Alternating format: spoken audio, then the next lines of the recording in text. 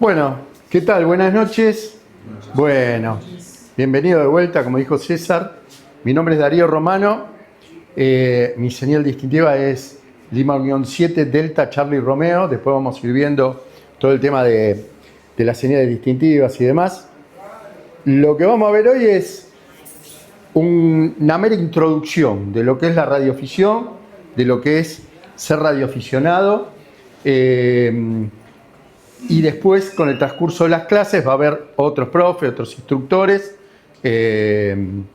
Vamos a entrar directamente en la parte técnica, en la parte de reglamentación, la parte práctica operativa, todo lo que ya en el transcurso del día de hoy vamos a ir viendo.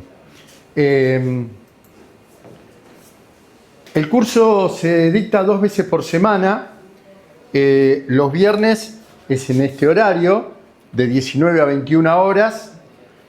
Hacemos un break en el medio, alrededor de las 8 de la noche. Y los sábados a la tarde, de 16 a 18, se hace la práctica operativa.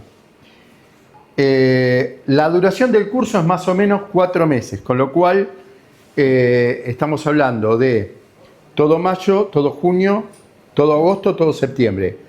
Va a haber un receso de vacaciones de invierno alrededor de julio. Y más o menos hacia fines de septiembre estaría la finalización del curso, comienzos de octubre a más tardar. Pero si todo va bien, si se entiende, si la práctica operativa va bien, hacia fines de septiembre podría estar terminando. Bueno, ¿cuál es el contenido del curso? El contenido del curso van a ver una parte de teoría electrónica, que lo van a ver con diferentes profes, como decía. Se ve toda la parte, todo muy light, no le tengan miedo, o sea, va a ser todo intuitivo. Hay un manual que está en la web del Radio Club, si no hay manuales impresos. Si alguien se quiere meter en tema, hay una biblioteca de pared a pared acá en el Radio Club. Es teoría electrónica muy básica, donde dentro de esa teoría se ve la parte de antenas, la parte de líneas de transmisión, etcétera, todo como parte de lo que es la teoría. La segunda parte es la parte de reglamentación, que la van a ver con otro muchacho que se llama Edgar, que la parte de reglamentación se ve en conjunto con la práctica operativa. Y la tercera parte es la práctica operativa propiamente dicha, que estas 3 cosas son exigidas por la ENACOM. Es decir, esto no lo inventamos nosotros, sino que todo este contenido del curso está dictado por la ENACOM, que es el Ente Nacional de Comunicaciones, y que depende de la Secretaría de Comunicaciones. Hace muchos años el curso, o digamos el examen de radioaficionado se daba, pero muchos años, unos cuantos, se daba en el correo. Se iba al correo central y se daba el examen.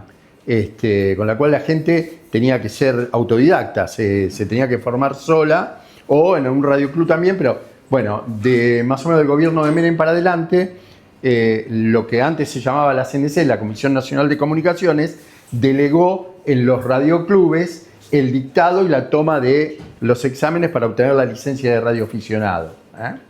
Lo cual fue una buena medida esa, porque le permitió a los radioclubes estar activo y tener contacto, y a la gente también, porque es algo mucho más personal que ir al correo argentino y formarse solo, ¿no? Bueno, vamos a empezar entonces. ¿Qué es un radioaficionado? Esto lo dice la ley 16.118. Dice textualmente así: radioaficionado, persona debidamente autorizada que se interesa en la radiotecnia con carácter exclusivamente individual, sin fines de lucro, y que realiza con su estación actividades de instrucción, intercomunicación y estudios técnicos. Y abajo dice servicio de radioaficionados, servicio de radiocomunicación, que tiene por objeto la instrucción individual, la intercomunicación y los estudios técnicos efectuados por aficionados. Entonces acá quiero hacer un paréntesis. ¿Por qué nos rige una ley? O sea, ¿por qué nos rige y nos reglamenta una ley nacional?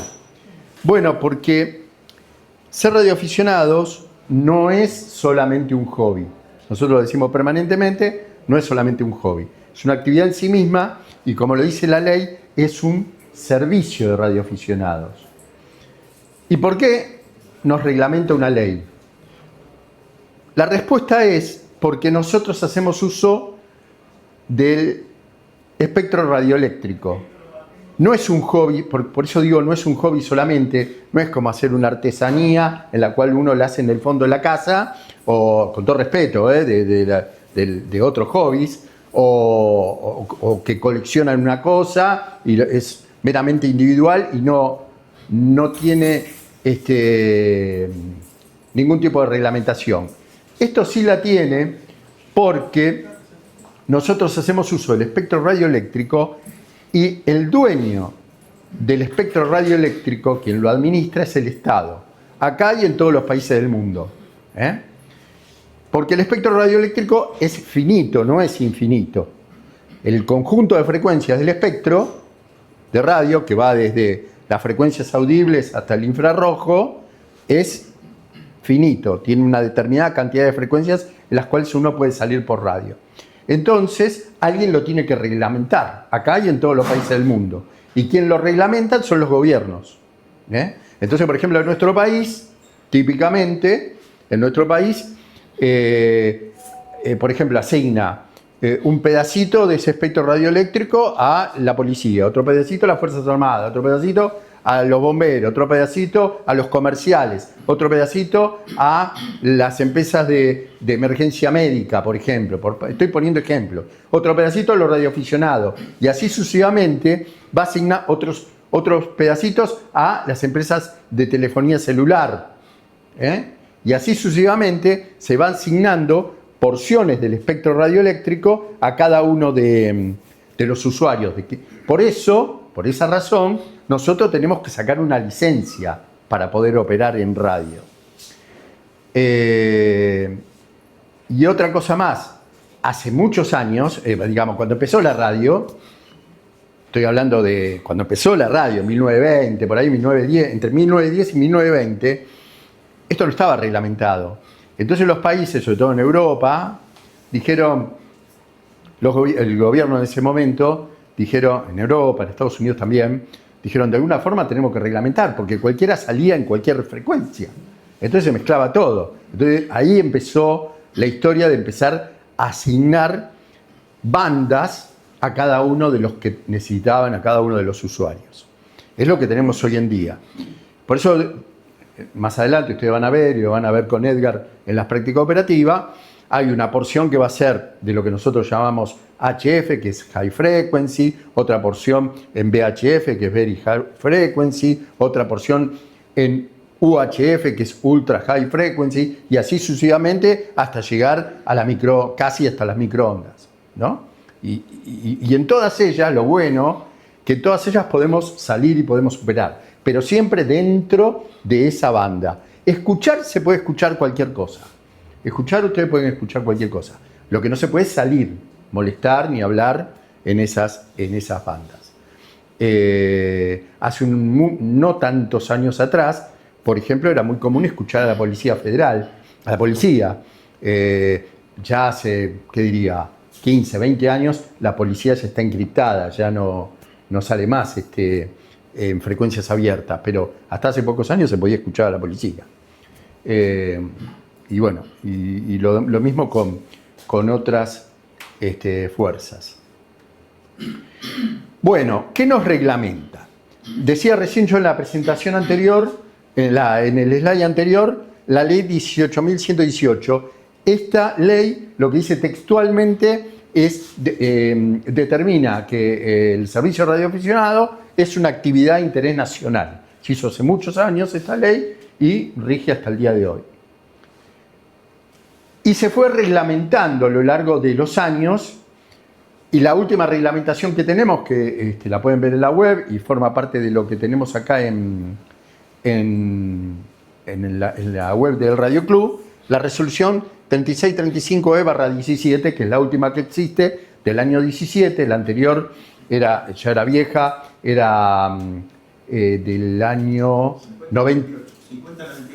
La 5098 del año 98, duró un montón de años, había quedado obsoleta, y después en el año 17 se reglamentó de vuelta, que es la que nos rige hoy en día. Con lo cual, vuelvo a repetir, tenemos una ley, que es la 16.118, con su reglamentación que está vigente, que es la del año 17. Después hay dos leyes más. Esta, la 24730, es lo que dice ahí el Convenio Interamericano de Permiso Internacional de Radioaficionados. Esa es una ley que se firmó entre todos los países que forman parte del CITEL, que es el Comité Internacional de Telecomunicaciones, Interamericano de Telecomunicaciones, que es la que autoriza para que cada radioaficionado de cada país pueda operar temporariamente en otro país de Latinoamérica, de América, no de Latinoamérica, de América. Todos los países que forman parte del CITEL. Y después hay una ley que es muy reciente, esta, la 27287, en la cual se crea, que esta no nos menciona particularmente a nosotros, pero sí menciona a las ONG. No menciona particularmente ni a los bomberos, ni a Defensa Civil, ni a los radioaficionados, nada, pero nos incumbe, y después en uno o dos slides más adelante lo vamos a ver en particular, es el Sistema Nacional de Gestión Integral de Riesgo y Protección Civil. Esto se creó en la época del gobierno de Macri. Este SINAGIR depende de la AFE, que es la Agencia Federal de Emergencias.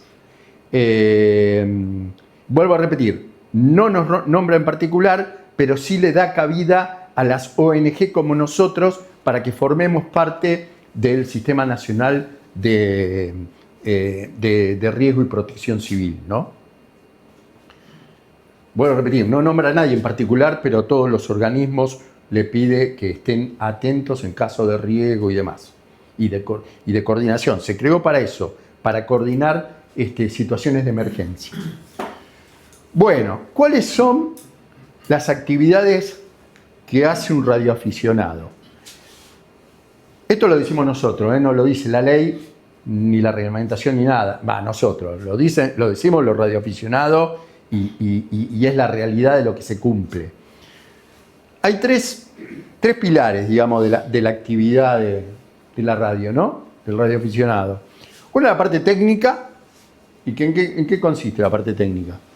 En intercambiar, como dice acá, intercambiar conocimientos entre colegas, de temas de electrónica, de tecnología en general, el desarrollo de proyectos, estudios y capacitación. O sea, para el que le gusta el palo técnico, hay infinidad de cosas para hacer. Porque al que le gusta, van a ver ustedes que van a intercambiar información con otros colegas. Siempre hay uno que sabe más y siempre hay uno que sabe menos, como en todos los órdenes de la cosa. Entonces, al que le gusta y se junta con alguien que sabe más y se aprende muchísimo. Nosotros acá, bueno, no me quiero adelantar, pero se puede hacer mucha actividad en conjunto dentro del Radio Club, fuera del Radio Club. Internet ayuda muchísimo para eso. Para el desarrollo de proyectos, vuelvo a repetir, para el que le gusta, para el estudio y la capacitación. Siempre la parte técnica, ¿no? Después hay otra pata, que es la parte social, que es tanto igual importante que la parte técnica, ¿no? Porque el radioaficionado tiene mucha actividad social. Que puede estar dentro de un radioclub, puede estar fuera. Hay gente que no va a radioclubes, pero tiene mucha actividad social. Puede haber intercambio con otras instituciones. Nosotros, por ejemplo, hacemos un evento por año con los Scouts, el día de Jamboree, se puede hacer con colegios.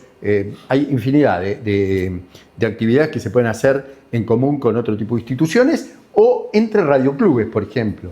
Hay mucha actividad social. Acá, por ejemplo, bueno, después lo vamos a ver, pero nada, el fin de semana pasado hicimos lo que nosotros llamamos un Hanfest, que es como una feria del usado, donde los radioaficionados o no vienen y traen sus equipos y se hace como un compra-venta de cosas usadas, nuevas. Pueden venir negocios, pueden venir un radioaficionado que no quiere más su equipo y viene o lo vende y otro viene y lo compra, típico de feria del usado. Es una actividad muy común que la hacen todos los radioclubes. Hay mucha actividad social, el típico, nos juntamos para comer un asado el 25 de mayo, el 9 de julio, los viernes, listo. Hay mucha actividad dentro y con otras instituciones. Y después, hasta ahora dijimos la social, y después está la parte comunitaria, porque es importante esta, porque deben haber escuchado por ahí más de una vez que intervinieron radioaficionados en una situación de emergencia o de catástrofe, o actuaron radioaficionados en un terremoto en otro país, o actuaron radioaficionados en las inundaciones de la provincia de Santa Fe, o en esto, el otro. Bueno, ahora en un próximo slide vamos a ver algo muy reciente en el cual actuaron radioaficionados. Siempre surge, afortunadamente en nuestro país afortunadamente no tenemos situaciones de emergencia graves como por ejemplo lo puede tener Chile o lo pueden tener Perú con terremotos casi constantemente. Por ejemplo, tanto Chile como Perú, por ejemplo, tienen una red de emergencias permanente. Nosotros tuvimos, hace muchos años atrás, existía una red de emergencias, después el gobierno la sacó, pero países así que tienen situaciones más seguidas que nosotros tienen red de emergencia permanente, ¿no? Y después, por ejemplo, esto en cuanto a situaciones de emergencia o de catástrofe. Y después, la otra puede participación en eventos con organismos gubernamentales o no gubernamentales que no tienen nada que ver con una situación de emergencia. Por ejemplo, deben haber oído que se hace todos los años la peregrinación a Luján, por ejemplo, ¿no?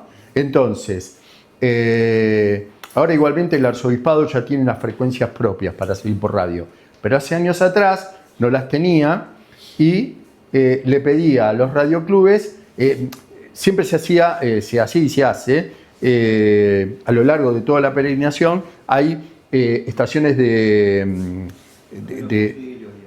primeros auxilios y demás en diferentes lugares. Entonces se le pedía, por ejemplo, al radioclub Morón, que estaba por la mitad, al radioclub General Rodríguez y al radioclub Luján.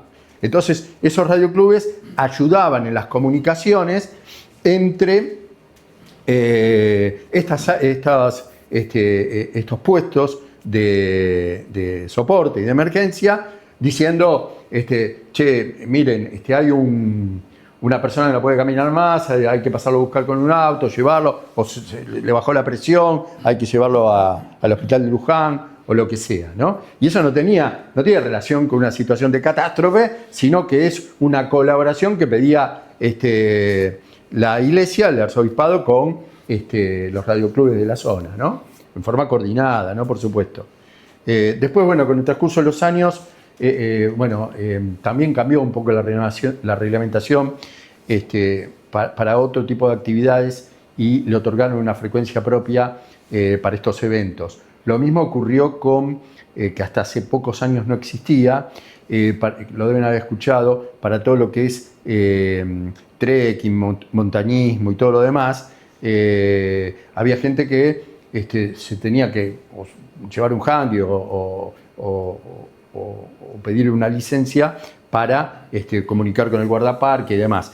Ahora ya hay una frecuencia asignada que son temporarias, no se puede usar permanentemente, para quien va a a una expedición de montañismo, lo que sea, de trekking. Bueno. Quería decir, tengo que poner el archivo. ¿Querés poner el archivo? Sí. Bueno, esto con el botón derecho. Sí. Finalizar la diapositiva. Y ahora... Cerralo eso. A la derecha tenés la cruz. Ahí está. Y... Cerrar. Cancelar. Pará. ¿Y dónde está? Pará, si lo busco acá... No. Cerrar. Pará. Y no guardar. Porque lo quiero mostrar eso. Acá está. Decía recién lo de las situaciones de emergencia. Deben haber escuchado que alrededor del mes de enero estuvieron los incendios en la provincia de Chubut, por ejemplo. Bueno, fíjense, el SINAGIR, este famoso que nombrábamos hace un ratito, por la ley 27.287, dice que las estaciones saca un comunicado, ¿no? Y dice que las estaciones repetidoras para ambas modalidades de VHF que se encuentren dentro de las zonas, más algunas que no figuren, estén disponibles. Y particularmente dice, en la modalidad de HF, la frecuencia que se dispone para esta ocasión en la banda de 40 metros es la 7150. Dice, mientras no haya pedido en las bandas citadas, con las licencias Lima Unión 0, Charlie Delta, IO, Lima Unión 5, Eco, Golf, Fostro, las estaciones repetidas de la frecuencia queda afectada para esta situación de emergencia del incendio de Chubut. Es decir, este organismo, el SINAGIR, le pide a través de la ENACOM, porque eso acá lo dice, sí, acá está, el presidente subió a la web de la ENACOM, le pide a los radioaficionados que dejen libre la frecuencia 7150 por esta situación de emergencia. Y de hecho lo dice también que se debe, que funcionan como, acá lo dice, ante algún requerimiento de ayuda pudiera generarse en las estaciones, estas dos obrarán como estación coordinadora de cabecera.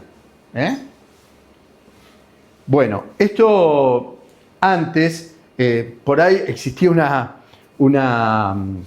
como una colaboración desordenada. Esto por ahí pretende ordenarlo un poco para no correr todo atrás de la pelota como ocurrió en alguna situación de desastre o de catástrofe, ¿no? Pero bueno, esta nota la quise poner para que se vea que ante una situación de emergencia grave como esta, que fue, ¿se acuerdan que duró como 2 meses los incendios de Chubut? Piden atención a los radioaficionados por si queda gente atrapada en el medio del Parque Nacional, que había sido el Parque Nacional Los Alerces, si no mal no recuerdo. Parece que sí. Bueno, volvemos a la presentación. A las 8 vamos a hacer un break para tomar un café. Pase diapositivas arriba. Bueno, vamos acá. Y estaba pase de diapositiva. Ahí estamos. ¿Dónde se desarrolla la radioafición? Bueno, se desarrolla en todos los países del mundo. Todos los países del mundo tienen radioaficionado. Puede haber algunas excepciones, algunos países así totalitarios, tipo Afganistán, Corea del Norte, que estén prohibidos los radioaficionados, pero en general la radioafición se practica y se desarrolla en todos los países del mundo. Acá queda muy chiquito, pero van a ver en cada país que existe la señal distintiva de ese país, la o las señales distintivas de cada uno de los países del mundo. Nosotros en la Argentina tenemos asignado LU y LW, es decir, Lima Uniform y Lima Whiskey. Por ejemplo, Uruguay tiene asignado CX, Charlie xilófono. Yo, por ejemplo, esto es maravilloso porque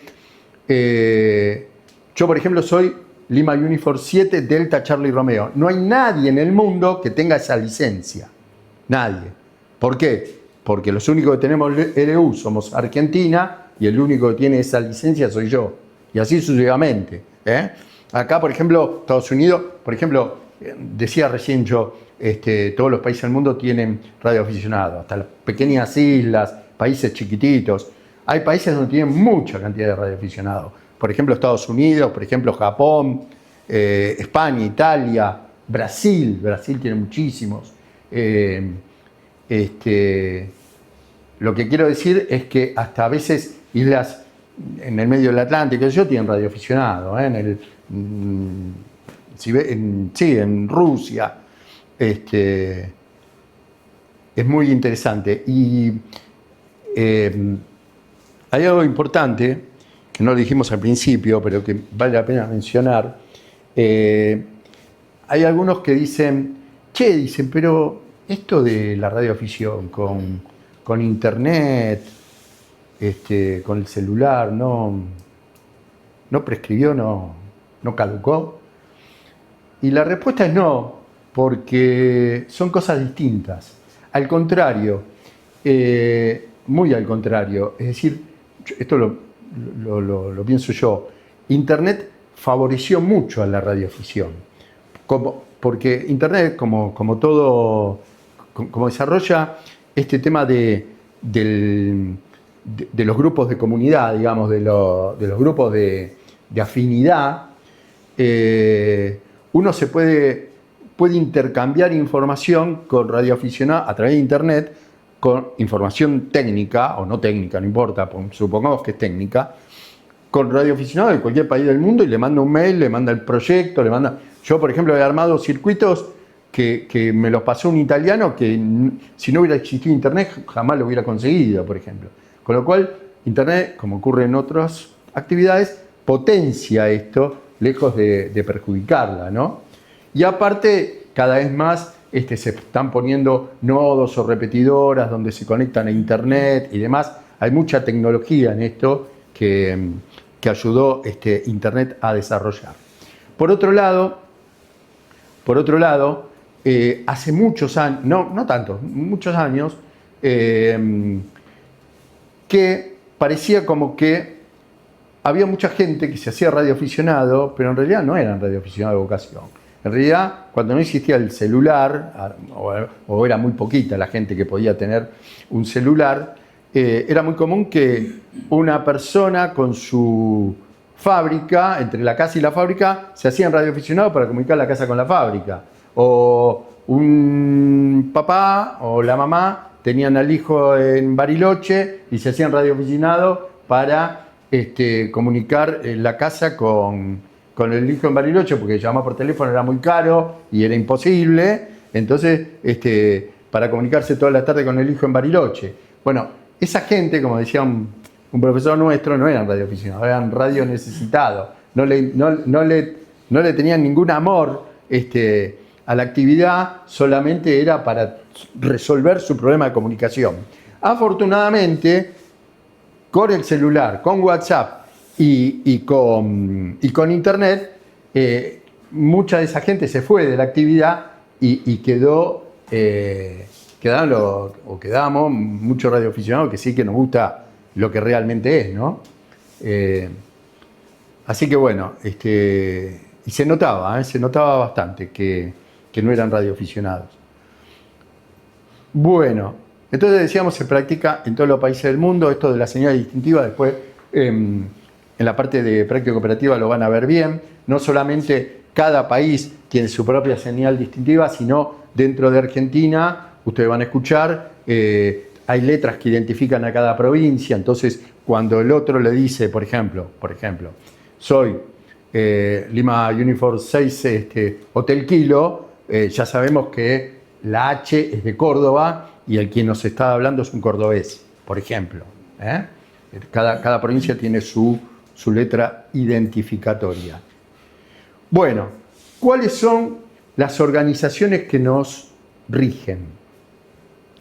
Yendo de arriba para abajo, La organización más grande que hay en el mundo de telecomunicaciones es la ITU, la International Telecommunication Union, o sea, la Unión Internacional de Telecomunicaciones.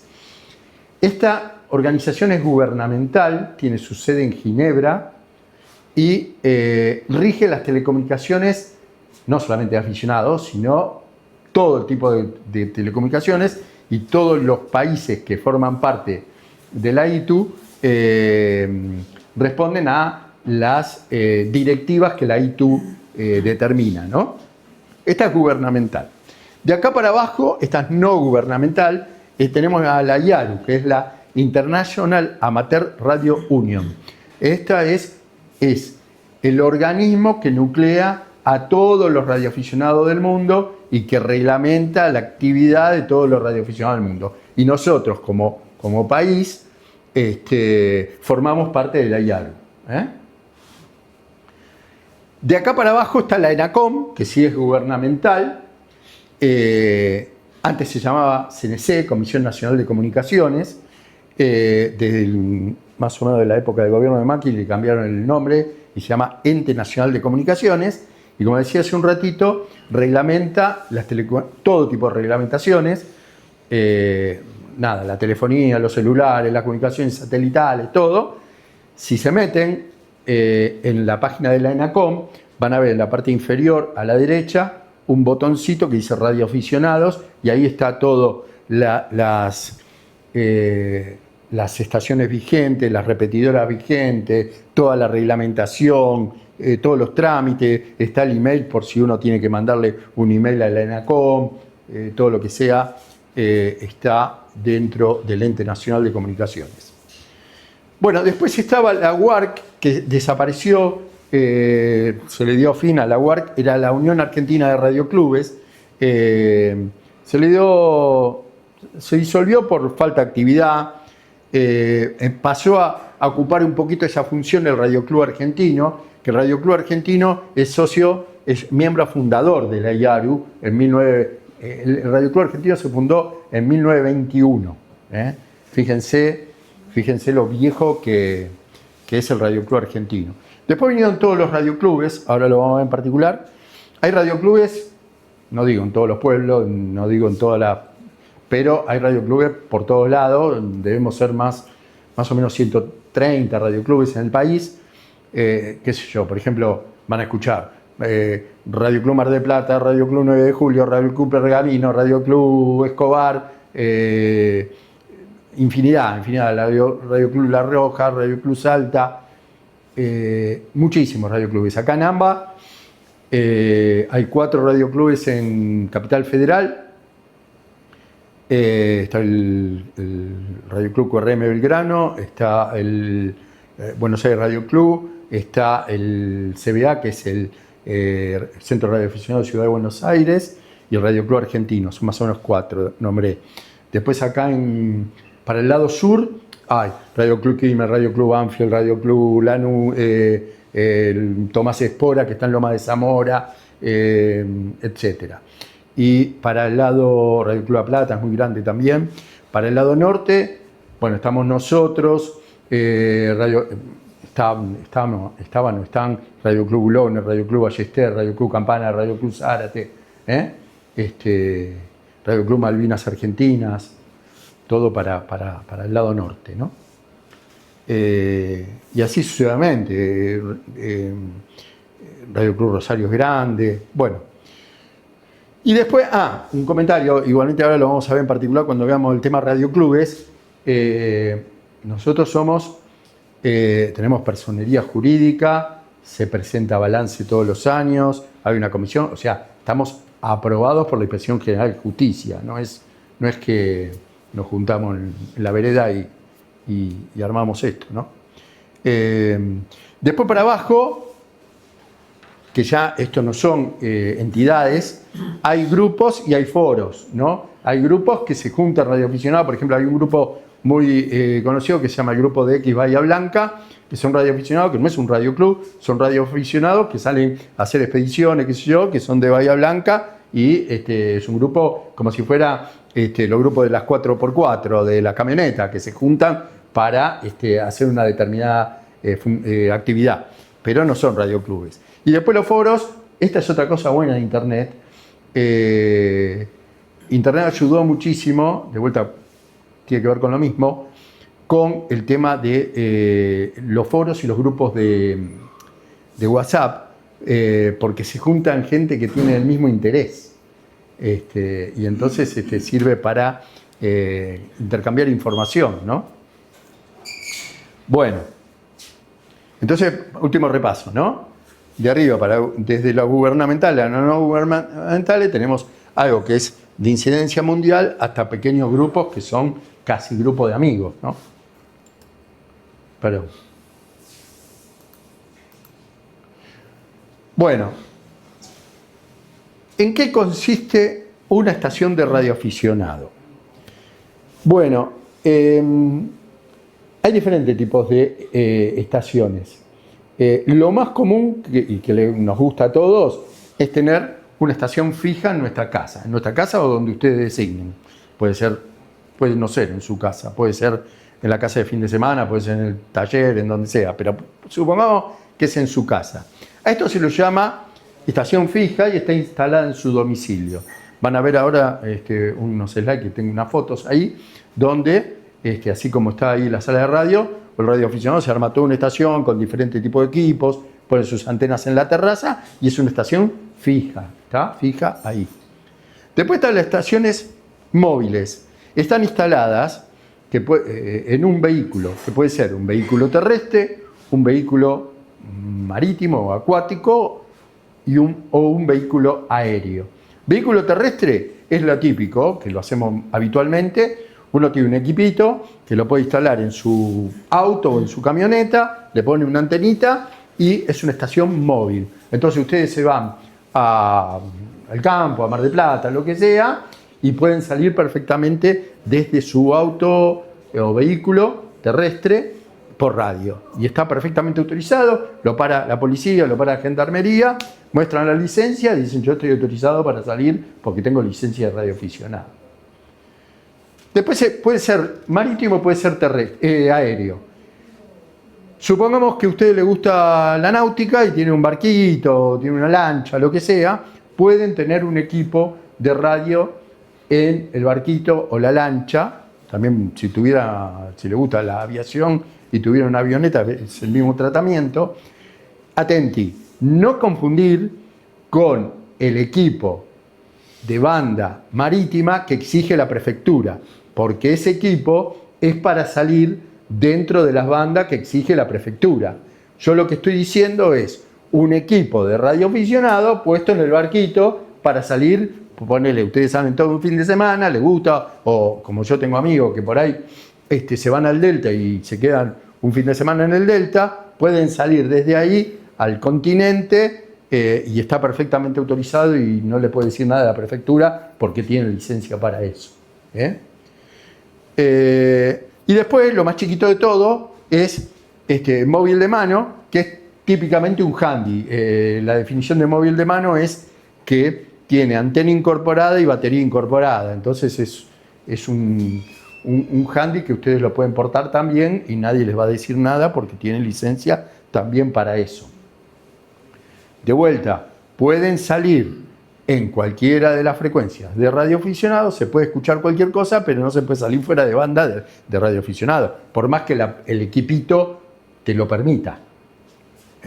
Ahora hay muchos equipos chinos, antes por ahí los equipos venían estrictamente dentro de la banda de radioaficionado. Ahora hay muchos equipos chinos que empiezan más abajo y terminan más arriba, y uno tiene que salir en la banda que le corresponde a uno, no puede salir afuera, no debe salir afuera, ¿no? Afuera de esa banda. Bueno, lo que decía hace un ratito, estaciones fijas, ¿ven? Hay locos radioaficionados que por ahí tienen toda una pared llena de equipos, cada vez más cosas, siguen comprando, pues se ríe Leo, compran cada vez más cosas, hay otros que tenemos menos, hay algunos que unen su estación de radio con un taller y arman sus propias cosas. Es muy lindo esto. Por lo general se busca un rincón de la casa para para armarse toda su estación. Lo más común es que existan todos los cables que vienen por acá hacia la terraza, donde se pone la torre o antenas más chicas, pero digamos, es una estación armada, fija, puede seguir creciendo, pero está siempre fija en ese lugar. Bueno, un poco lo de las estaciones móviles. Fíjense, este radioaficionado, el tipo tiene una camioneta, viene con un trípode, arma esta antena, vaya a saber en dónde, para comunicar por gusto con el mundo, ¿no? Va con él, sí, con el mundo. Acá lo mismo, ¿no? Este es un radioaficionado español, lo veo por la licencia. Fíjense la antena que puso ahí al lado, no sé si es el mar o qué, para comunicar. Esta camioneta fue mía. Este es en el Paseo de la Costa, acá en el río. Armamos un evento ahí, en una oportunidad, y teníamos un equipo de móvil ahí. Esta no es de radioaficionado, esto es de la Cruz Roja. Fíjense, una antena desplegable que arman en una camioneta, ¿no? Este equipito es para simbolizar que son equipitos más chicos, que por lo general vienen con un soporte para meter abajo del tablero del auto, ese tipo de cosas. Los norteamericanos eran muy fanáticos de ese tipo de cosas décadas atrás. Cuando fue el boom estoy hablando de la década del 70 por ahí, 60, 70, que fue el boom de la banda ciudadana en Estados Unidos, que todo el mundo, no existían los celulares y todo el mundo tenía un equipo de banda ciudadana en el auto. Se vendieron cientos de miles de equipos de radioaficionado, de banda ciudadana, que no es una banda de radioaficionado. La banda ciudadana es una banda, por lo menos en nuestro país, en otros países es una banda libre. En nuestro país hay que sacar, es una licencia aparte, no es de radioaficionado. Pero lo digo como ejemplo, que era muy común en esa época, que no existían los celulares, que cualquier hijo de vecino tenía un equipo en el auto, ¿no? En Estados Unidos fue un boom. Bueno, el concepto de evolución tecnológica. Digamos, yo decía hace un ratito, la radio fue creciendo con la tecnología, por eso no quedó obsoleta, por suerte. A comienzo del siglo pasado, yo nombraba 1920, cuando empezaron las transmisiones de radio, la época de Hertz, de Marconi, se empezó con la telegrafía solamente, ¿no? Vieron como en el Titanic que lo único que había era telegrafía. Después vino la fonía, o sea, se incorporó a esos equipos la posibilidad no solamente de tener telegrafía, sino de tener un micrófono y ya poder mandar la voz. Después, con el transcurso del tiempo, empezó el packet radio, los modos digitales en general. Esto del packet radio era como una especie de chateo donde se puede conectar la PC a un equipo de radio y eso sale al aire en modo texto. Igual que el chat de un mail de internet, solamente que por radio. Esto se usó mucho en los 80. Esto de los BBS era como un portal donde se podían dejar documentos, fotos y demás, y otro lo bajaba, pero todo por radio, todo por radio, no por internet. SSTV era televisión de barrido lento, es decir, se podían mandar imágenes por radio también de lo que uno quisiera, entonces tardaba en barrido lento porque había que esperar que se formara la imagen. Hoy en día causan gracia estas cosas porque uno hace un clic y se mandó la foto, pero en la década del 70, del 80 se mandaban imágenes por radio. Esto existe hoy en día, Amateur Television, los norteamericanos están mucho con esto de televisión amateur, y de acá para arriba, esto ya es más moderno, satélites, es muy común hacer satélites, a nivel de radioaficionado existen infinidad, no infinidad, pero existe una gran cantidad de satélites para aficionados. Hay mucha gente que le gusta hacer comunicaciones de radio vía satélite, pero no son los satélites de uso comercial, sino son satélites para aficionados, donde es interesante, y con un equipito chiquito, inclusive con un handy, uno le puede pegar al satélite. El satélite no es otra cosa que una repetidora, y entonces uno le pega al satélite y puede hacer un comunicado con otro corresponsal, pero vía satélite. Bueno, lo que decía hace un ratito, Internet, se puede utilizar Internet para incorporar al equipo de radio y que forme parte de comunicación. En realidad, hoy en día los equipos más modernos ya tienen puerto USB y demás cosas que antes no tenían. El FT8, que está muy de moda ahora, que es una comunicación digital con un protocolo determinado de comunicación, también por radio, que permite, es tan poderoso ese protocolo, que permite comunicar con una antena común, con Europa, con Japón, con donde sea. Ahí en el rack S hay un nodo de FT8, donde cuando esté encendida la PC lo pueden ver, donde son comunicados muy cortos para el que le gusta, ¿no? Para el que no le gusta, comunicados muy cortos, donde dicen, uy, me comuniqué con un croata, me comuniqué con un suizo, o con un japonés, ¿no? Son comunicados muy cortos que se establecen para intercambiar información elemental con el otro corresponsal.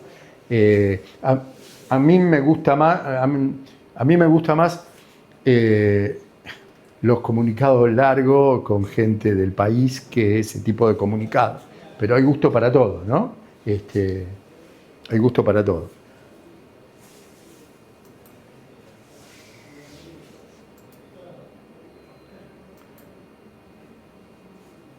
Bueno, algo dijimos de esto, vamos a reforzar un poquito, ya son las 8. ¿Qué es un radioclub? Es una entidad sin fines de lucro que nuclea radioaficionados, debe tener personería jurídica y estar reconocido por la ENACOM. En ello se desarrolla actividad social y técnica. La social está relacionada con promover la actividad, fomentar la amistad entre radioaficionados y la participación de la comunidad. Y la parte técnica está relacionada con la capacitación y la realización de proyectos técnicos dentro y fuera de Radio Club. Los radioclubes tienen mucha actividad. Este Radio Club se abre 2 veces por semana. Nos juntamos miércoles a la noche y viernes a la noche. Y lo que hacemos habitualmente es eso, lo que dice acá, ¿no? Para lo que nos gusta la parte técnica, acá hay un laboratorio que está a disposición del día que ustedes tengan licencia y les gusta. Hay osciloscopio, generador de RF, demás. Hay 2 estaciones de radio muy interesantes. Tenemos un tallercito, un taller en el fondo, porque hay gente que por ahí vive en un departamento y no tiene una morsa, una agujereadora de banco, claro. Entonces, esas son cosas que sirven y que el Radio Club se le ofrece a sus socios para que el que se quiera construir una antena pueda hacerlo, por ejemplo. Y después, bueno, está toda la parte social, en la cual, bueno, se come pizza, asado y todo lo demás, ¿no? Pero, digamos, está bueno también la parte, para el que le interesa, la parte de intercambio, ¿no? De información, de conocimientos técnicos, ¿no? Bueno, vamos a hacer una cosa.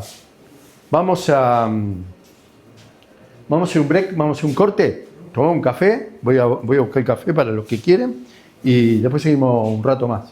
Bueno, hace un ratito, la parte anterior, cuando decíamos, o cuando yo decía, porque lo dice la ley, se llama servicio de radioaficionados y está reglamentado por el Estado, a tal punto es así que nuestra estación está a disposición del Estado si el Estado la requiriera, por ese tipo de cosas que decíamos recién,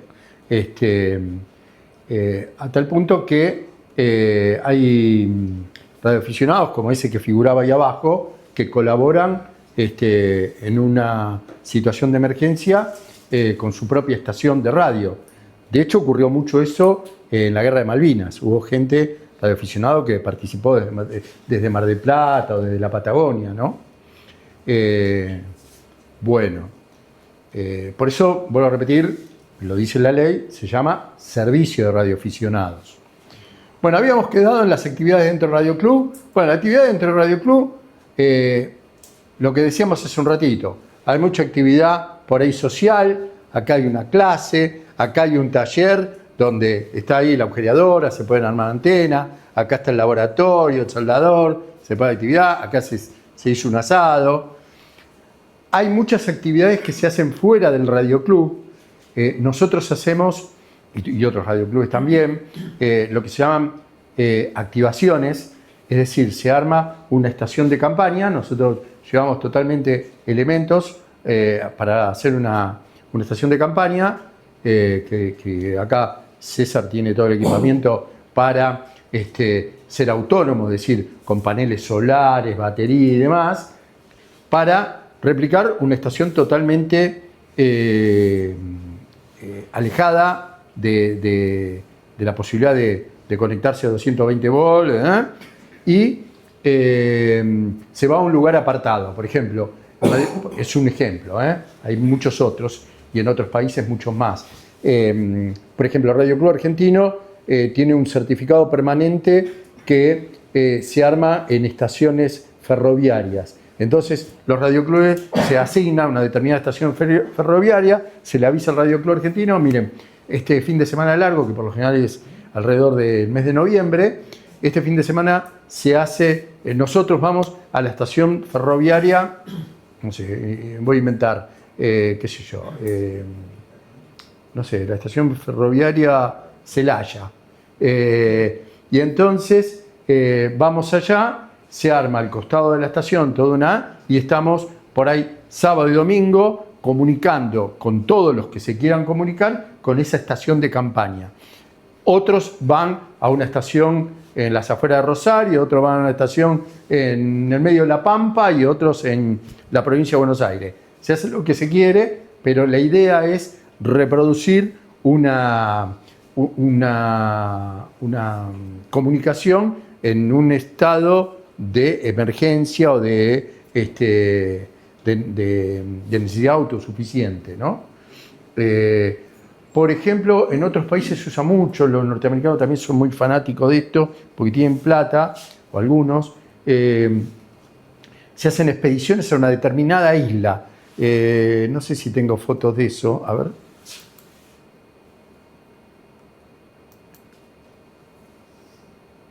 Bueno, acá, por ejemplo, esta.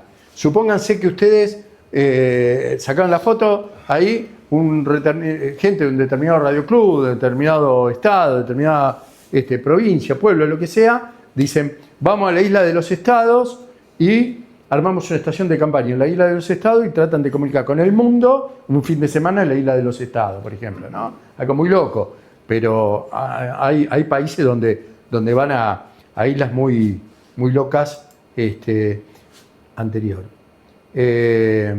Hacer ese tipo de actividades. Yo estoy acostumbrado más al... Bueno, acá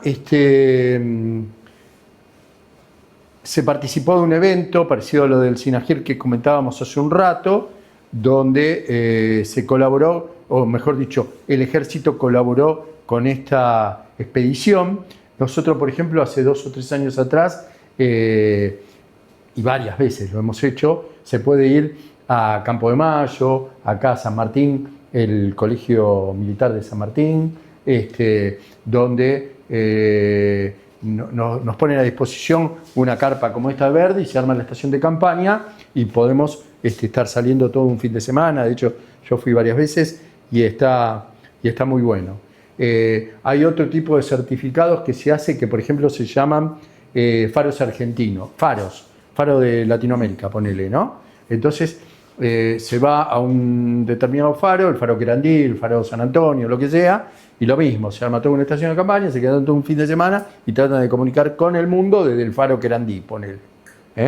son actividades, son lo que se llaman expediciones o activaciones. Y ese es el fin que tienen, salir a un lugar apartado y armar toda una estación de campaña. Siguiente.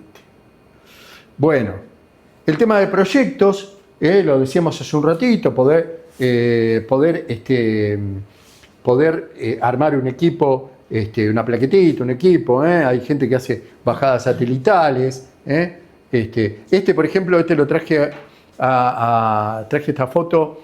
Este es un barrilete que se llama barrilete tipo cajón, que es la reproducción de unos barriletes que se usaban en la Segunda Guerra Mundial para elevar el hilo del barrilete, es la antena, o sea, es una antena con un hilo conductor.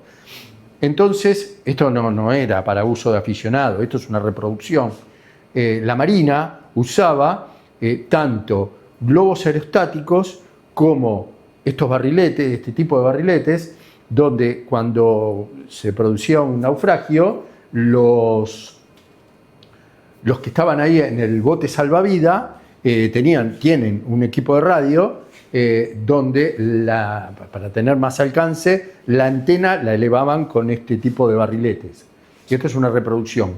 Este equipo que está acá es un equipo marino donde ven que tiene este formato. Bueno, eso es porque el operador se lo pone entre las piernas así y con esto tiene una manijita y demás, tipo dínamo, y comunicaba en situación de naufragio. También, pero este es del barco. Pero era típico de uso en el bote salvavidas. Y la otra, en el Museo de Telecomunicaciones,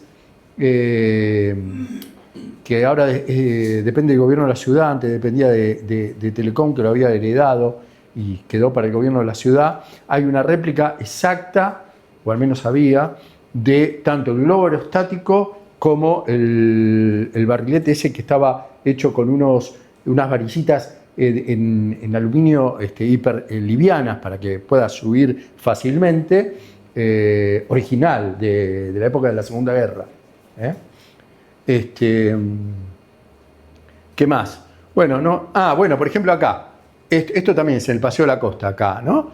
No sé si alguna vez vieron que se juntan los domingos a la mañana los barriletistas, por ejemplo. Entonces, en uno de los eventos que ellos hicieron, que también lo hacen alrededor de octubre, noviembre de cada año, nosotros habíamos desarrollado un barrilete de estos tipo cajón, una réplica, y fuimos ahí con toda una estación de radio para tratar de probarlo, y ellos nos ayudaron para remontar otro tipo de antenas y demás. Por ejemplo, es el LUSAT. Fue el primer satélite argentino, hecho por radioaficionados, que está en órbita todavía. Creo que no funciona más porque se le terminaron las baterías, pero fue puesto en órbita para uso de radioaficionados. Los satélites se le termina la batería, cuando se termina la batería sonaron. Hay veces que con el transcurso del tiempo la batería vuelve a recuperar por acción de la radiación solar y uno los puede volver a escuchar, pero por lo general cuando termina la batería quedan ahí en el residuo orbital, ¿no? Bueno, esto es lo que les comentaba yo de los faros, ¿no? Acá hay otra estación de móvil que armó, esto era también el Paseo de la Costa. Acá hay otra expedición, acá está el barrilete de vuelta. ¿Bien? Bueno, eventos. Acá está lo que yo le comentaba de la peregrinación a Luján, que se armaban las estaciones de soporte. Eventos. Bueno, por ejemplo, había un grupo que se llamaba LU Escuelas, que eran radioaficionados que les gustaba ir a dar este tipo de charlas a alumnos del secundario, de escuelas técnicas, para promover la actividad, para iniciarlos al que les gustara y qué sé yo. Bueno, esto era lo del Fiesta de Viento que lo comenté recién. Este es otro evento de la radio y los niños, que era convocar a chicos porque se puede sacar licencia de 12 años para arriba. Pero hay algunos que miran y yo no. Pero puede haber chicos más chicos que esperan los 12 años con ansiedad para tener su licencia. Puedo contar una anécdota, cuento una anécdota cortita. Cuando yo seguía escuela técnica, ¿no? Y entonces yo ya jugaba con estas cosas en séptimo grado. Y cuando paso al primer año, me invita un amigo a la casa de él, que tenía mucha plata allá por el barrio de Versalles y demás, y el padre le había armado en aquella época, le había comprado un transmisor de AM y escuchaba, utilizaba como receptor una Noblex 7 Mares, una radio Noblex 7 Mares. Y voy esa tarde a la casa de él, que en el garage tenía esa incipiente estación de radio, y cuando voy, el pibe se comunica con Mendoza. Para mí era la NASA eso. Era, claro, se comunicaba con Mendoza con un equipo de radio AM y hoy lo que pasa es que hoy a ellos, o más grandes, o pibes secundario, perdieron la capacidad de asombro porque agarran el WhatsApp y se comunican con Australia como si estuviese acá al lado. Pero en aquella época era todo era así. Cuando yo, ya les digo, jugaba con electrónica desde chico, pero en mi primer trabajo que tuve, yo entré en una empresa que hacían obra de infraestructura, línea de alta tensión y demás. Ya me había recibido y no era la época que recién empezaban los primeros celulares, que casi nadie tenía celular, los celulares esos ladrillos de Movicom, ¿no? Recién empezaba. Y cuando voy, empiezo los primeros días, el gerente, que era mi jefe, me dice, no, quédate tranquilo, Darío, dice que ahora... porque yo había entrado para un conjunto de obras en la provincia de Misiones. Y me dice, no, quédate tranquilo que ahora ya arman el obrador y lo primero que arman es el mástil, la torre, así poner en funcionamiento el equipo de radio. Ah, ¿sí? Bueno. Dice, sí, después nos comunicamos 1 o 2 veces por día. Bueno, entonces me lleva a una salita al costado de la oficina técnica y había un equipo de radio, típico, un Kengu de radio aficionado, pero la empresa tenía asignada frecuencias comerciales, no es que salían en frecuencia de radio aficionado, y hace y nos comunicamos con la provincia de Misiones, con Puerto Iguazú, como si estuviéramos acá al lado. Yo dije, esto es maravilloso.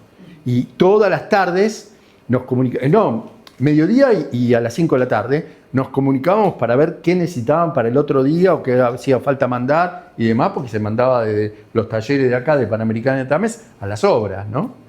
De hecho, los camioneros que trasladaban las líneas, los postes de alta tensión, tenían equipos BLU, que algunos acá en el museo debe haber, después si quieren los vemos, equipos BLU que iban arriba del camión. Y yo le preguntaba, ¿cómo te comunicabas con el camionero? Por BLU, me decían, por banda lateral. Y el tipo le salía. Es muy común, lo deben haber visto ustedes, que tanto los micros como los camiones tienen unas antenas látigo a los costados. Bueno, eso es para el equipo de radio. De vuelta, hoy en día, por ahí a lo largo de una ruta, no en todas, y depende a dónde vayan, hay señal, pero hay muchos lugares donde no hay señal. Muchos lugares donde no hay señal. Y si ustedes se meten campo adentro de una zona rural, no hay señal. Por eso es muy común que hay muchos radioaficionados en zonas rurales. Y el tipo te lo dice. Dice, no, yo estoy en Laguna Paiva, zona rural, te dicen. Porque no hay otra cosa y les gusta y les sirve para estar comunicado con el mundo, ¿no? De vuelta, hoy en día cambió todo, cambió la televisión, cambió todo, pero había lugares apartados que no tenías comunicación de nada. Bueno, la radio de los niños era para eso. Acá hay un evento que se había hecho en conjunto con UTN para capacitación. Bueno, hay de todo. Hay muchos eventos de capacitación, hay charlas de satélites. Nosotros Si vamos bien con Daniel, se va a dar una charla de digitales, ¿no? Sí. Esa un viernes tenemos que organizarla y en lugar de clase puede haber una charla de digitales acá. Bueno, sigamos. Otra cosa son los concursos. Esto es para el que le gusta. No todo el mundo participa de concursos, pero el que le gusta, lo que se hace es un concurso, por ejemplo, certificado a 10 contactos con provincias argentinas, por ejemplo. O certificado el Día de Malvinas o el 9 de julio se hace un evento por el Día de la Patria y un determinado radioclub organiza un certificado para obtener, 10 comunicados con provincias argentinas, por ejemplo, estoy inventando. Y entonces, si usted, tal radioaficionado, logró comunicarse, eso se certifica con una tarjeta que le manda el corresponsal, logró comunicarse con esas 10 estaciones, que era la premisa que ponía el certificado, el radioclub le otorga un certificado, a ver si tengo una foto, un certificado como este o como este, estos son a lo largo del mundo. Acá tienen, por ejemplo, Semana de Mayo, provincias argentinas, ponele, le otorga un certificado y es para el que le gusta, digamos, y tiene un certificado de haberse comunicado. Fíjense, Worldwide, 160 metros. Esto es organizado por la revista SQ. Esto fue un aniversario de la revista Looping. Bueno, hay de todo, pero acá está el de islas, que yo le decía, islas en el aire. Por ejemplo, no sé qué radioclub lo organizó esto, o una sociedad que lo organizó, y por ahí tenían que comunicar, no sé, con 10 islas en el término de un mes, ponele, o a lo largo del año. Entonces, cuando lo logran, se presentan esos comprobantes y le otorga la RRL o el organismo que sea un certificado de comunicaron con 10 islas en el planeta, ¿no? Hay de todo. Eso no lo mencioné.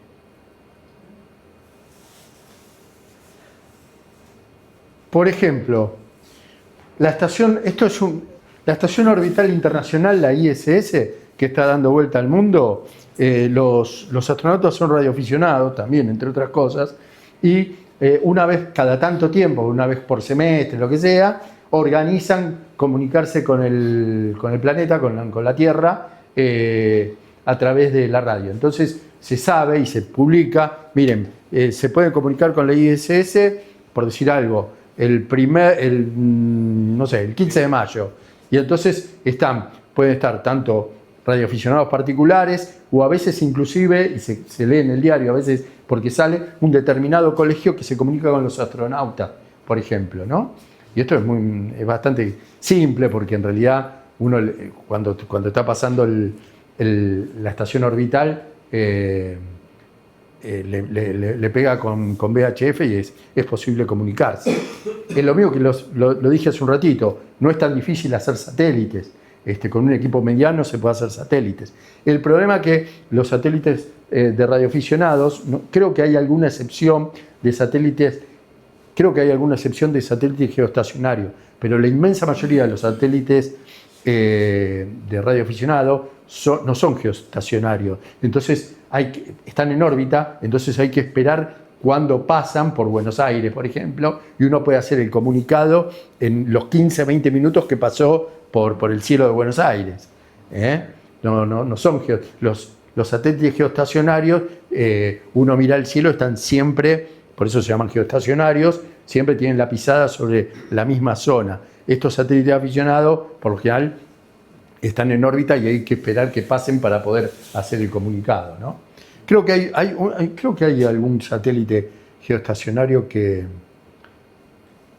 para uso de radioaficionado, lo que suelen hacer las empresas, porque por lo general son satélites chiquititos de radioaficionado, cuando suben, porque sale carísimo ponerlo en órbita, cuando suben un satélite comercial, uno o varios satélites comerciales, hay un acuerdo entre algún organismo de radioaficionados y dicen, che, me pueden subir, hay todo un protocolo, ¿no? Tienen que estar certificados, la mar en coche, más de una universidad y demás, pero supongamos que se hizo un desarrollo y se lo certificaron, esa empresa que sube satélites comerciales, sube también un satélite para uso de aficionados.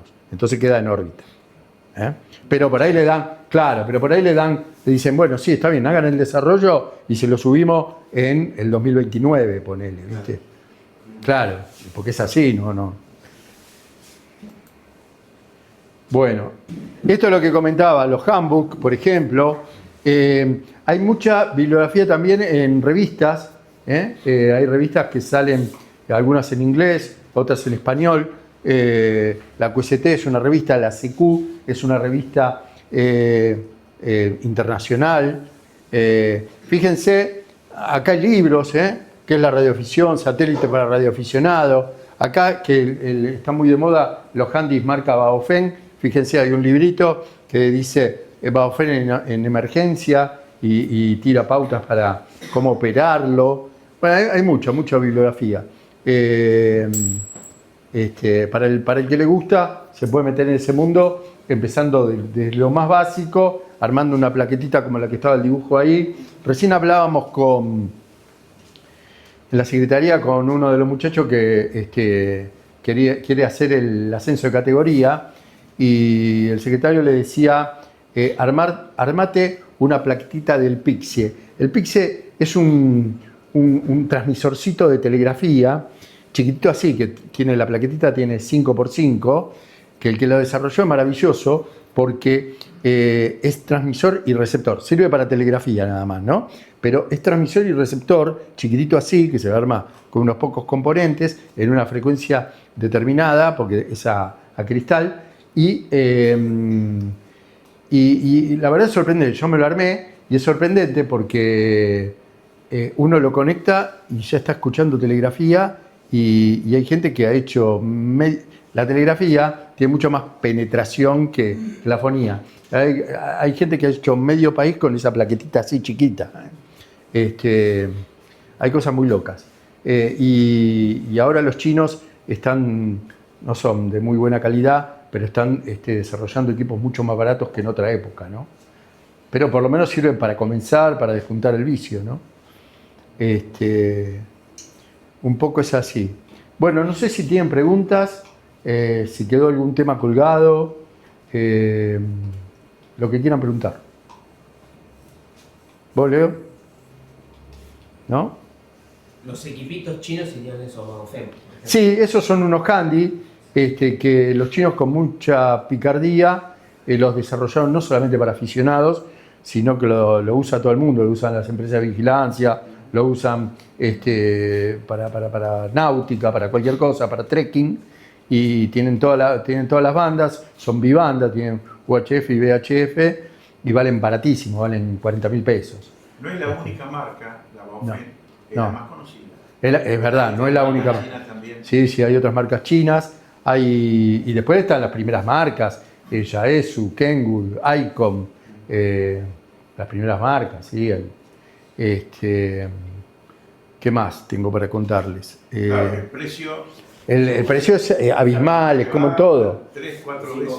Claro. 3 o 4 veces. Pero la calidad... La calidad es otra. Son equipos prácticamente descartables. Si se caen al agua no importa y se compran otro. Después hay para equipos de HF, hoy en día hay una variedad. Pero lo bueno que tiene la radio, esto no lo dije y vale la pena. Primero y principal, que la radio permite no solamente meterse en este mundo a los que vienen del palo técnico, porque hay radioaficionados que son abogados, otro que es un peón rural y otro que es un ama de casa. Un ama de casa puede ser un ama de casa, y otro que es ingeniero con 2 o 3 posgrados. No importa. Cada uno de ellos le gusta, eso es lo lindo que tiene, le gusta lo encara para el lado donde le gusta. O sea, no es...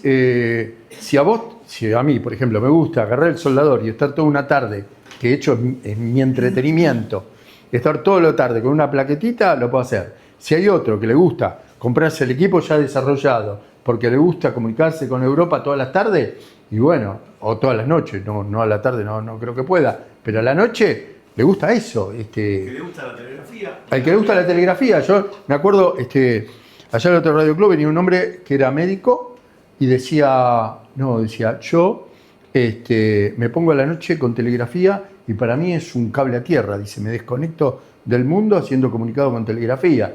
Y a mí, que yo no tengo oído, me pondría nervioso eso. Por eso digo, o por ejemplo con las comunicaciones digitales, el que le gusta unir la computadora con el equipo de radio. Es un espectro muy amplio. Y aparte el tema de la parte social también. Cuento una anécdota más y es la última que cuento. Cuando yo obtuve la licencia, me quería comprar, lo comentábamos recién en la secretaría, me quería comprar un equipo que era el Kenwood 120. ¿Se acuerdan que existía la revista Segunda Mano? Sí. Bueno, entonces buscaban la revista Segunda Mano, a ver si publicaban, porque no existía Mercado Libre, nada, a ver si existía un equipo de eso. Se me había encapuchado el Kenwood 120. Y finalmente encuentro un hombre que me dice, no, tiene un Kenwood 120, que esto por ahí te lo vende, que esto que el otro. Me dice, está en el pasaje Faimayá, ahí en Villa Pueyrredón. Voy a la casa, un hombre mayor, radioaficionado, me hace pasar muy gentilmente, porque eso es otra cosa que tiene de bueno la radio. Por ahí ustedes se encuentran con un radioaficionado en el interior del país y lo invita a la casa, ¿viste? Muy cordial. Bueno, este hombre lo mismo. Me hace pasar, vení, pibe, ¿viste? Tenía 20 y pico. Me hace pasar y me muestra un equipo de radio, el otro, que esto y el otro, y me dice, ¿tuviste la licencia la semana pasada? Sí. Me dice, bueno, ahora se te abre un espectro, dice, de amigos, impresionante, a vos, que esto, que lo otro. Yo digo, este viejo, está delirando, no puede ser. Y la verdad fue así. Uno va haciendo amigos en forma impensada, realmente te vas encontrando con gente que le gusta lo mismo y vas generando amistad, ¿no? Sí, porque vos salís en un horario que te gusta hacer radio, por ejemplo, y salís en una determinada frecuencia, totalmente. Vas a roletear, escuchás a alguien, le salís al aire y capaz que eso mismo se repite al otro día o a la exactamente. Semana, y se hace un grupo de amigos, bueno, eso tampoco lo dijimos. HF, la banda de HF, es más para comunicados, porque eso ya lo van a ver a lo largo del curso, funciona por rebote ionosférico, es decir, rebotan la ionosfera y por eso se pueden hacer comunicados a larga distancia, a nivel nacional, a nivel internacional, todo. Pero VHF y UHF son bandas en las cuales se pueden hacer comunicados cercanos, porque al ser de alta frecuencia no rebotan en la atmósfera, que son más zonales, urbanos. Se puede hacer más o menos lejos, pero no tan lejos como se puede lograr con el rebote ionosférico o con las comunicaciones satelitales. Entonces, VHF y UHF es más para comunicado entre amigos.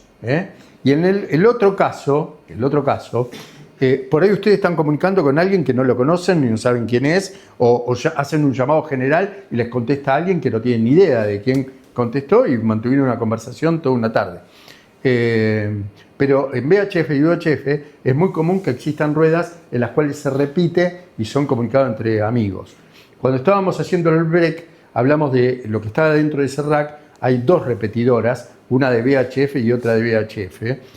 ¿Qué son las repetidoras? Son equipos que por lo general lo tienen los radioclubes, pueden tenerlos particulares, también radioaficionados particulares, donde yo con mi equipo de radio le pego a la repetidora y la repetidora lo reproduce. Entonces de esa forma se puede lograr muchísimo más alcance que si yo quisiera comunicar directamente de equipo a equipo. Porque por lo general las repetidoras tienen una antena en una torre alta y cubren un radio de cobertura amplio. Es una satisfacción, por ejemplo, yo siempre me llevo el handy, un equipo de radio, cuando me voy a algún lugar, al interior o de vacaciones, y por ejemplo es una satisfacción ir a Bariloche, por ejemplo, la repetidora del Radio Club Bariloche está arriba del Cerro Campanario, entonces tiene un radio de cobertura enorme, Y uno apenas llega a Bariloche, se puede salir con un handy y comunica con un montón de radioaficionados. Lo mismo ocurre con el Radio Club Salta, que está en un cerro. Es muy común en el interior poner las repetidoras en los cerros. Y si no, bueno, más en torres altas, ¿no? Pero la repetidora es muy interesante porque hay gente que está en la repetidora todo el día, por ejemplo, ¿no? Estamos con lo que decimos nosotros que quedamos QAP. Por ahí, yo, por ejemplo, ahora que hago trabajo remoto, lo que sea, o cualquier, o una persona en un taller, deja su equipo prendido en silencio y si aparece otro, mantienen una comunicación porque saben que se encuentran en la repetidora, ¿no? Es otra cosa linda también. Bueno, escucho si tienen alguna pregunta antes de terminar, que ya son casi las 9. ¿No? ¿No? Bueno. ¿Salimos mañana? Bueno, mañana no hay todavía práctica operativa. De eso no hablamos. Todos los viernes dijimos al principio que hay teoría. La semana que viene van a tener un pantallazo de lo que es con otro instructor, con otro profe, lo que es una estación de radio, qué es transmisión, qué es recepción, para tener un pantallazo. La otra semana va a venir otro hombre, viejo radioaficionado, muy experimentado, que va a explicar también transmisores y receptores un poco la historia de la radio, cómo fue evolucionando y demás. Y después, recién después de la otra, ahí empiezan con Carlos, un excelente técnico que empiezan a ver la parte de teoría. Así tienen varias clases de la parte de teoría y Roberto, que es otro socio y colega nuestro, que les va a dar la parte de antenas alrededor del mes de junio, julio, más o menos. Después hacemos el receso de vacaciones de invierno, se vuelve al receso, se ve un poquito más de teoría, pero en el interín van a ir viendo, van haciendo la práctica operativa. Y lo que les digo es que vayan leyendo por motus propio toda la parte de reglamentación, porque la parte de reglamentación no se la da a nadie, hay que leerla nomás. Es interesante la parte de reglamentación y tiene una aplicación directa en la práctica operativa que van a hacer los sábados a la tarde acá en la estación de radio con Edgar. Está bueno. Eso está en la parte de la página web. Está en la página web. Perdón, cierro con esto. En la página web también tienen un manual del curso, tipo librito, donde está en digital, ¿no? Por supuesto, está toda la teoría, está mucho más de lo que se ve acá en el curso, toda la parte de teoría electrónica.